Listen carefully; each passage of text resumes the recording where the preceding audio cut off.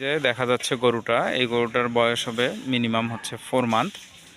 তো এটা হচ্ছে এর বাচ্চা। এ হচ্ছে লাম্পি স্কিন ডিজিজে আক্রান্ত। সে যে শুয়ে গেছে, এই যে টিপিক্যাল লিশন, পা ফুলি গেছে এইখান থেকে শুরু করে একদম এই পর্যন্ত চোখ, এই অবস্থা। তো এই জন্য আমি সবসময় যে কথাটা বলি যে আপনার এই গরুকে লাম্পির সবচেয়ে ভালো ভ্যাকসিনটা দেওয়া উচিত। ভালো ভ্যাকসিনটা দিলে যেটা হবে সেটা হলো যে লাম্পি হওয়ার চান্স অনেক কমে যাবে।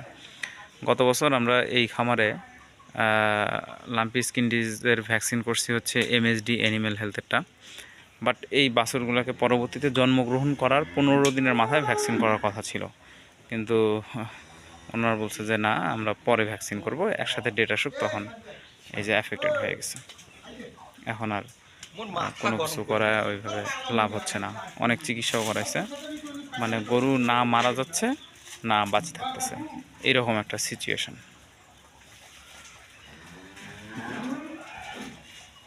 এই অবস্থা, এই গরুকে তো ঠিক করা খুব মুশকিল এবং অনেক টাকা খরচও অলরেডি হয়ে গেছে, তারপরেও গরুর কোনো ইমপ্রুভমেন্ট নেই।